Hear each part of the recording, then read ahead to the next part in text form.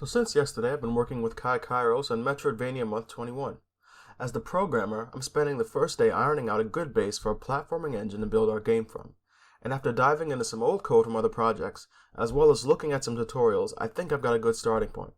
As you can see, we can jump around, move around, and even get the double jump power up.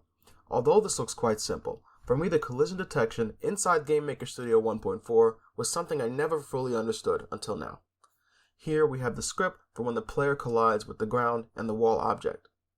In previous platformers, I had the player velocity simply stop when the object was in contact range. Now, once the player hits an object, I have them be moved to contact that object. This prevents a weird scenario where the player can fall on top of the object and stop a ways away before they actually make contact. The gameplay feels much smoother now, and I can't wait to add more improvements to the engine. Let it also be noted that I'm trying to keep this as modular as possible, so if new game elements can be added in without increasing the complexity of the code base, that would be preferable. Kai Kairos is handling asset creation for this game jam, and I am quite excited to see what he cooks up.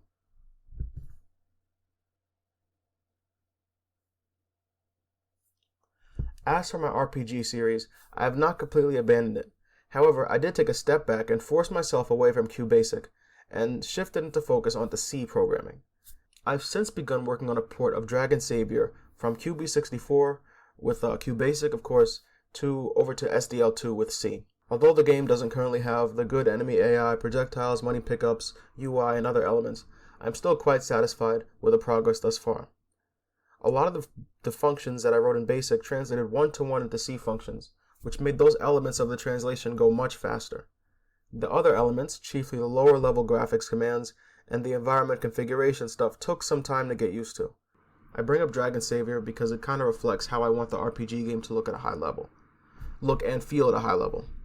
Sure, there will be some leveling and other RPG mechanics woven in, but going from a pretty shoddy idea of how to build a game in C to being en route to finishing a port is something I'm quite happy with.